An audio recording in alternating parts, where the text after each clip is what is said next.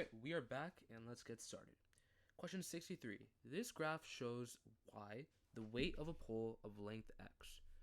So we're told y and x. What is represented by the points with coordinates 1, 4? So first what I want to do is first see what does my x-axis represent and what does my y-axis represents. So my x-axis, the horizontal axis, is going to be measuring feet length, and my y-axis is going to measure weight in ounces. So when I have 1, 4, that means the x value is 1 and the y value is 4. Using that, we can figure out what our answer is. And the answer, just based on the first choice, is choice A. The unit rate is 4 ounces per foot. And that makes sense because, once again, y is ounces and x is feet. So when I have 1 foot, I have 4 ounces. That's exactly what this choice here is saying, 4 ounces per foot. Cool. Next question. The number line shows points E, F, G, and H. Which points represents the sum of 2.5 plus negative 4.5? So for something like this, don't get too confused by the negative sign. Negative is really just the same thing as subtracting a positive number.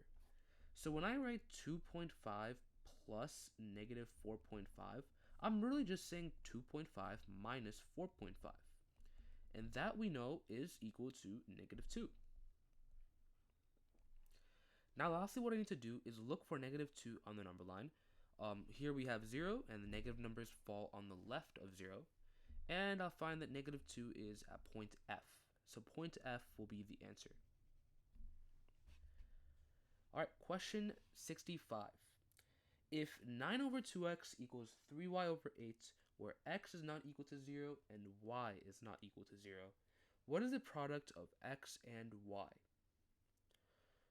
So for this question, we actually need to know something very, very important, and that is how cross multiplying actually works.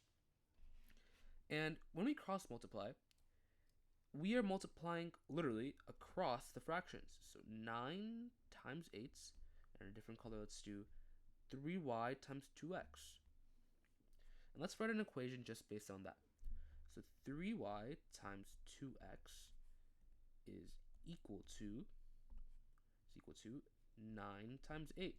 And we can keep simplifying this from here. So 3 times 2 is 6, and y times x is just yx, or we're going to write xy, it doesn't really matter too much. And then we're going to do 9 times 8, which is 72. Now, this is where I want to go back to the problem again. It says, what is the product of xy? In other words, what is x times y, or what is xy? In order to find xy in this equation, all I have to do is divide by 6. So xy is equal to 72 divided by 6, which is equal to 12. So the product of xy is equal to 12. That is our answer.